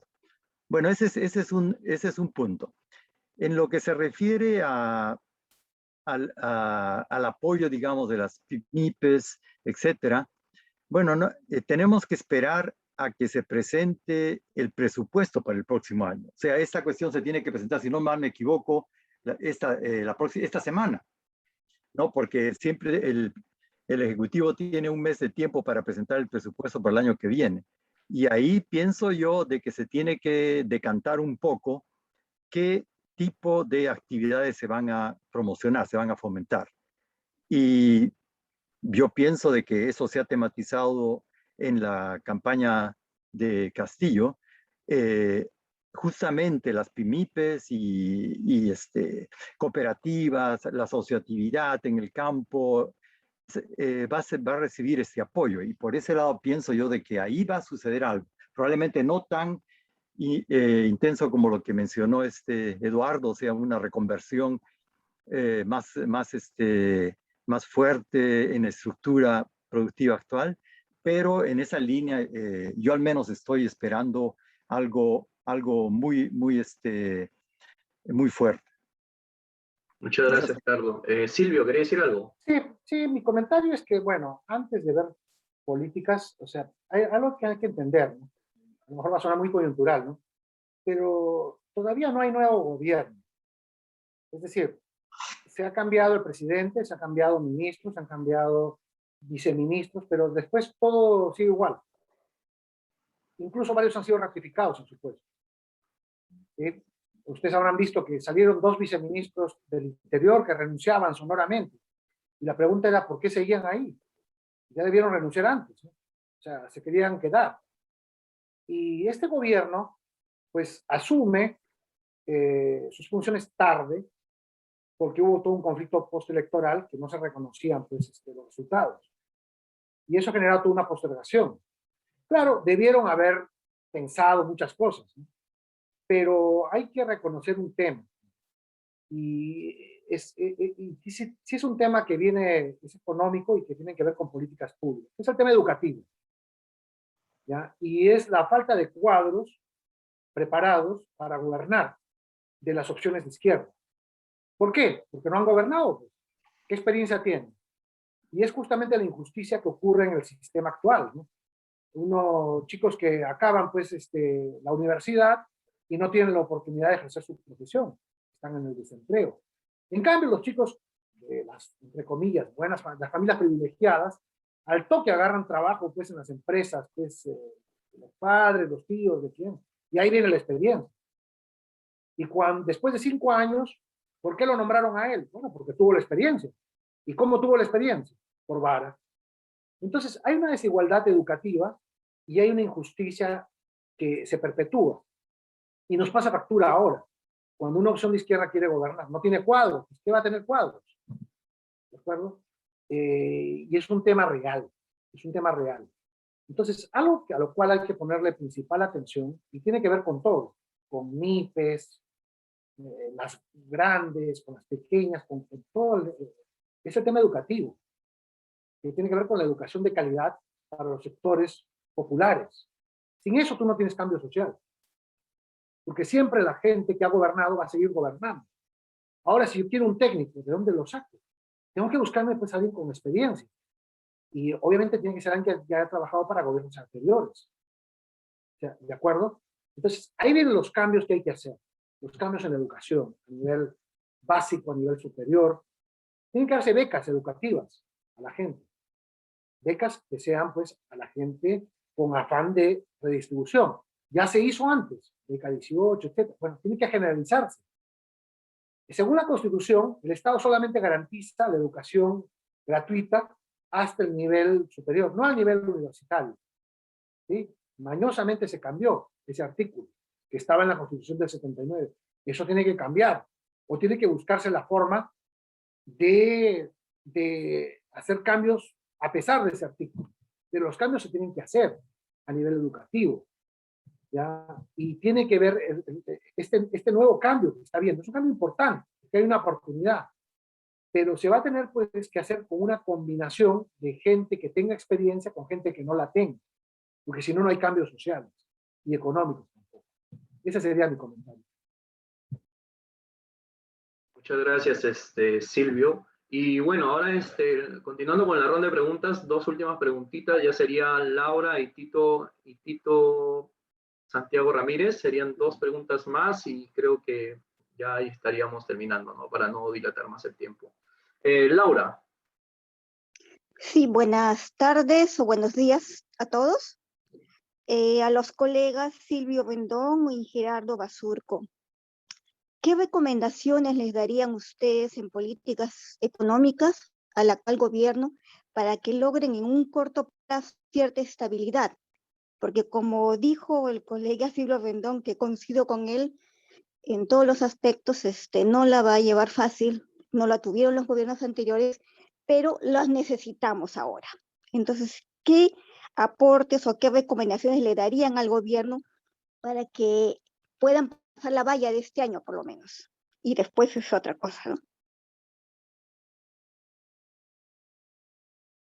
Sí. Bueno, ¿quién desea responder la pregunta? ¿Gerardo? Bueno, sí, yo podría intentar dar respuesta. Recomendaciones, o sea, yo creo de que recién, yo estoy a la espera de qué cosa va a presentar Pedro Franque esta semana. Porque, y esa cuestión ya digamos, porque su presupuesto tiene que ser votado por el Congreso.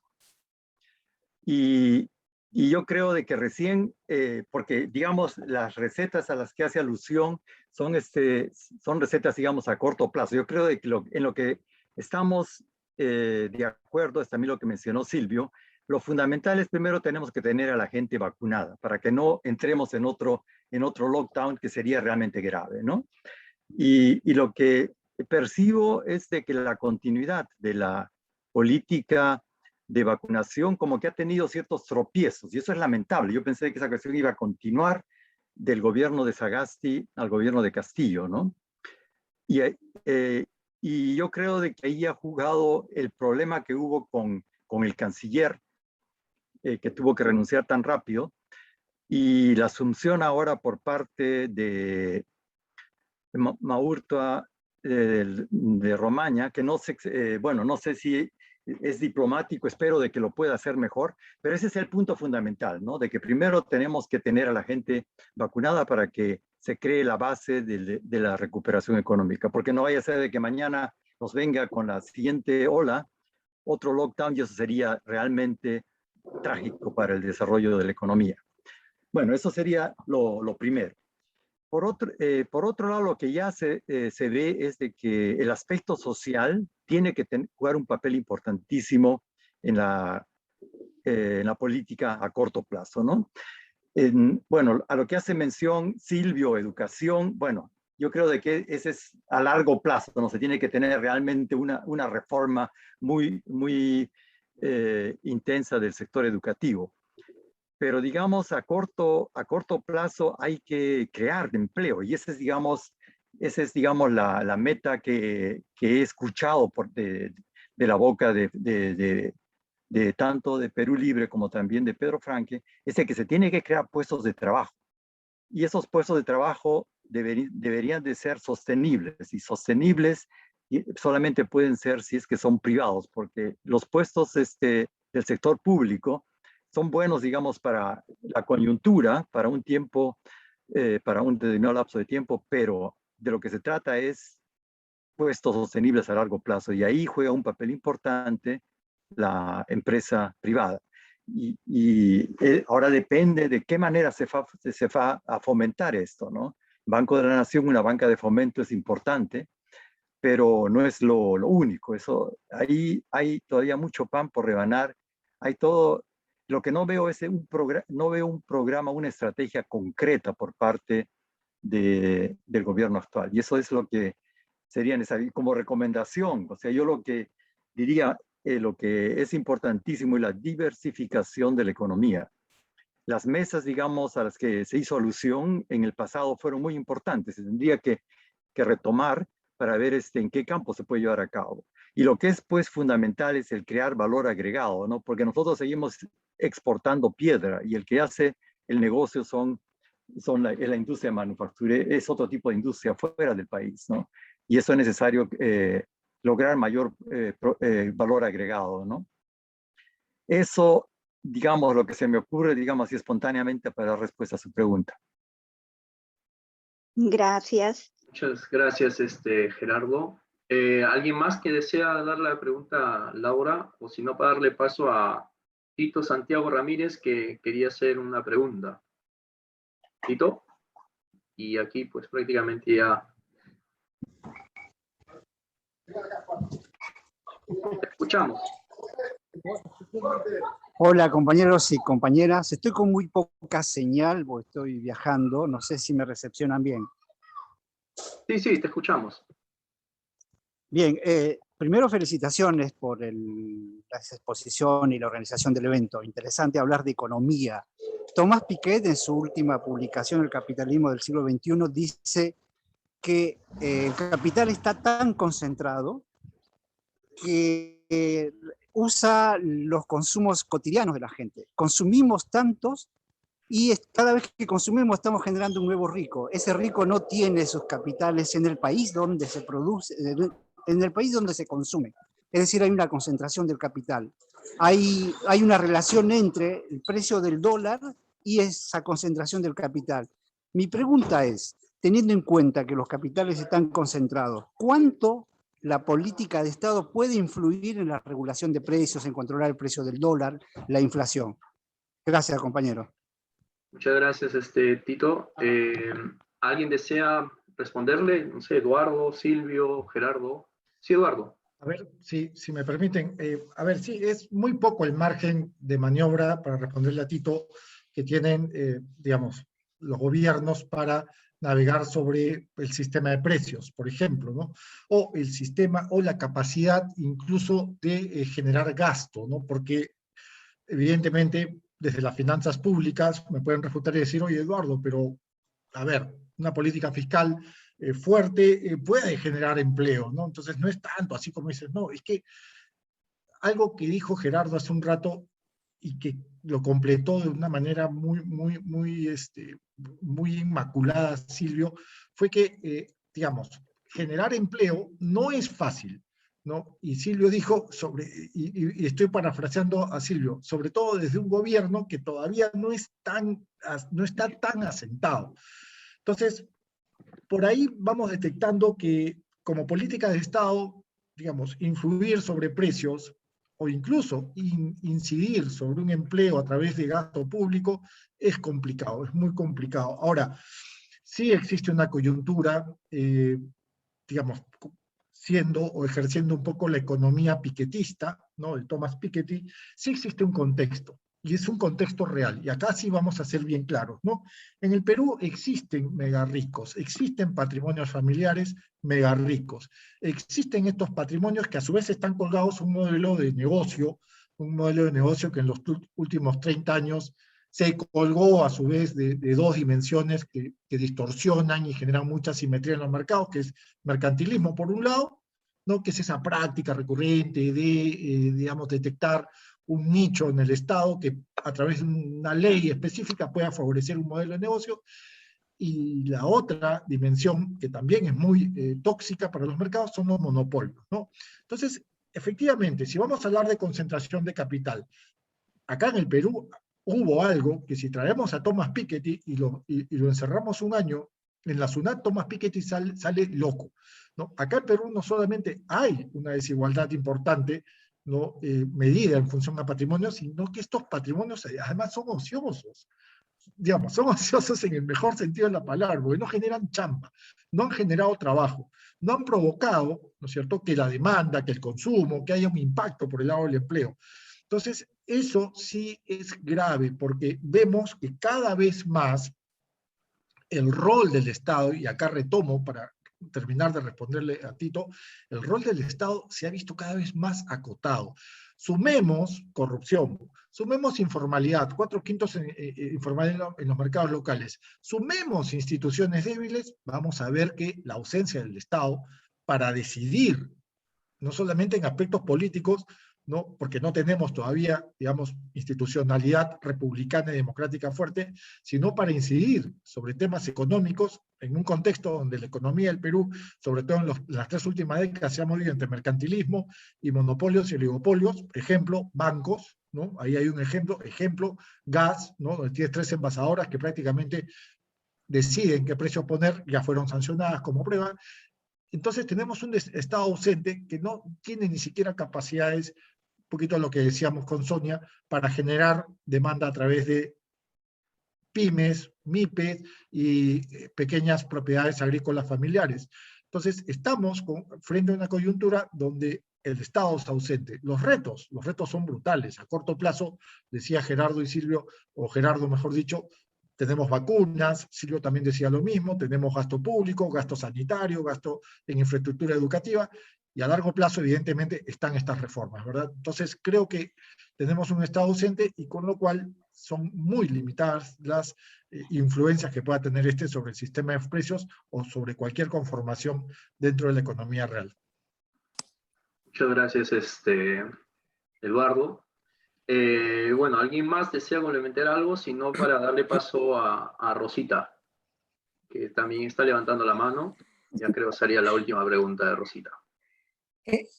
Buenas tardes con todos, agradeciendo porque estos conversatorios son tan importantes para nosotros que somos madres de familia, que no tuvimos la oportunidad de acabar la universidad, pero aquí hacemos algo por tratar de entender lo que ocurre en nuestro país a pesar de la distancia. Yo estaba leyendo a un economista que ganó el premio Nobel, Stiglitz, en un artículo de uno de los expositores, y habla con respecto a las fallas de los gobiernos, algunos por exceso y otros por una ausencia total de regulación. Y me gustaría saber su opinión con respecto a este gobierno que está empezando. ¿Cuáles ustedes como economistas piensan que debería ser el rol de este Estado? Muchas gracias. Muchas gracias, Rosita. No sé quién de ustedes Bueno, les desea. Silvio, sí. sí. Sí, tiene que ver con las preguntas anteriores, ¿no? Cosas que también quería comentar, ¿no? Algo que hay que entender, ¿no? Cuando se buscan los cambios sociales, ¿no? Es que hay que jugar con el factor tiempo. Esto es una maratón, no son 100 metros planos. El que va ganando la carrera no es el que va a ganar al final. ¿Ya? En Perú tenemos 30 años bajo un modelo económico y eso no va a cambiar tan rápido. Bueno, fuera que se pudiera cambiar tan rápido. Se necesitan los consensos sociales y eso se van creando. Se ha llegado hasta cierto punto. Nunca la izquierda había ganado las elecciones en el país. Primera vez que ocurre. Hay un cambio que ya está. No va a ser fácil. Tienes toda la maquinaria del poder fáctico en tu contra. Y el poder fáctico es el único que hay. No hay otro poder. Es un pleonasmo hablar de poder fáctico. Es el poder que nadie ha elegido. El poder que hemos elegido es una cuota nada más dentro de ese poder. Y controla ciertas cosas, ciertos aspectos. No controla todo tampoco. Pero desde ahí se pueden hacer cosas y se pueden lograr los consensos para otros cambios que sí son importantes. Entonces, el factor tiempo es muy importante. ¿Qué pasa? Este año hay cosas que ya están sentadas, ya se puede ver. Por ejemplo, en un par de semanas no se va a hacer el presupuesto para el próximo año. Ya se sabía que se tenía que hacer a fines de agosto el presupuesto. Ese presupuesto ya está, ya estaba antes y no va a cambiar mucho. El del próximo año ya podría cambiar por la propuesta que haga el MEF. Ahora se van a hacer algunas alteraciones, pero por razones de la rapidez con las cuales este gobierno ha asumido sus funciones, esto va a ser difícil que se haga. Yo no lo espero, al menos, ojalá. Entonces, este presupuesto yo lo veo como que se va a seguir funcionando bajo la lógica antigua, por así decirlo. Entonces, ¿qué tiene que hacer este nuevo gobierno? Tiene que hacer un buen gobierno. Tiene que demostrar que la izquierda lo puede hacer bien.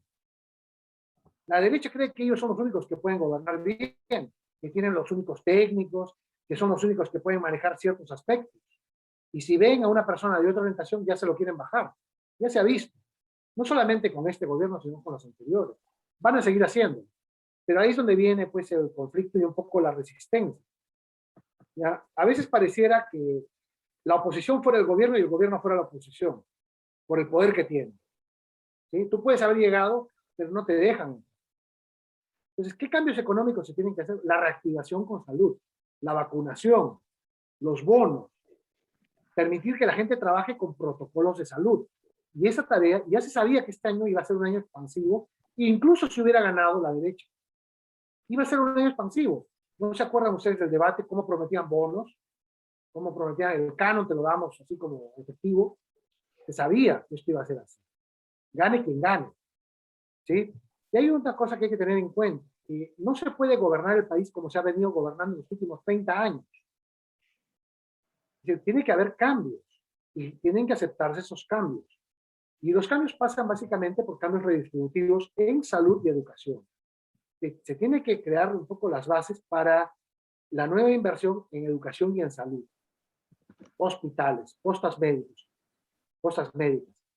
implementación, llegar a los rincones más aislados del país. Estos son cambios que se tienen que sentar las bases, tal vez no se hagan en un año, 2 años, 3 años, 4 años, 5 años. Sentar las bases para que esto ocurra. Para eso tiene que haber un cambio de orientación. Ahora, lamento decir que esto no queda claro que está bien, ¿sí? Porque siguen gobernando, incluso en el MINSA, siguen, digamos, los elementos de los gobiernos anteriores. No van a ser tan rápidos. No se pueden cambiar esto de golpe. Va a tener que haber cierta inercia, cierto continuismo, si se quiere. Incluso a nivel de políticas, incluso a nivel de personalidades que siguen ahí. Va a tener que haber, hay que ser conscientes de eso. Pero los cambios se tienen que iniciar ya. Entonces, para esos 2 primeros años, para fines del 2021, y sobre todo para el 2022, tiene que haber la reactivación. Ahora, la reactivación ya está ocurriendo. A nivel de PBI, ya se está dando, pero a nivel de empleo no todavía. El empleo tarda en reactivarse como se reactiva el producto. El nivel de producto ya se está viendo, señales. Se está volviendo a producir como prepandemia, pero no a nivel de empleo. Ese es el desafío de este gobierno. ¿Sí? Entonces, ahí tienes un desafío y como digo, tiene que ser un buen gobierno, demostrarse que incluso, si se quiere, bajo la lógica continuista, pero que se reactive la economía, eso ya es un logro para este nuevo gobierno, bajo un nuevo enfoque. Ese sería mi comentario así Muchas gracias. Muchas gracias, Silvio. Bueno, creo que ya estamos ahora sí sobre la hora, ¿no? Quiero agradecerles a todos y a cada uno de ustedes. Muchas gracias, Eduardo Recoba. Un gusto en conocerte, en serio. Muchas gracias, Gerardo Basur. Estamos Gino, en gracias. contacto. Muchas gracias, Silvio Rondón. ¿No? También es un gusto, ¿no? Bueno, este ha sido pues un evento organizado por el grupo de peruanos en el exterior, Bündnis für Demokratie und Regierbarkeit en Alemania, ¿no? El grupo que lo ha organizado esto ha sido un grupo de jóvenes que está estudiando todavía economía en la universidad, ¿no? Y ante la vista del alza del dólar y todo esto, pues nos prendió el foquito y también las preguntas que nos realizan también nuestros amigos de allá de Perú, ¿no? Para comentarles también, hacerles la invitación que nosotros la próxima semana también tenemos también otro evento también que se llama Impacto de la minería legal e ilegal a nuestras comunidades y ecosistemas. el próximo domingo a las 8 de la noche, ¿no? Muchas gracias con todos, a todos y a cada uno, a los Gracias. peruanos que viven en Italia. Gracias Eduardo, gracias de corazón. Gracias. Muchas gracias. Gerardo, gracias Silvio, un abrazo para Muchas todos. gracias, ustedes. colegas. Muchas De igual gracias, manera. Eduardo. Adiós. Adiós. Gracias a todos. Muchas gracias, Gerardo. Hasta luego, Chao. los organizadores. Gracias. Un gusto. Hasta pronto. Adiós. Permiso. Cuídense. Chao.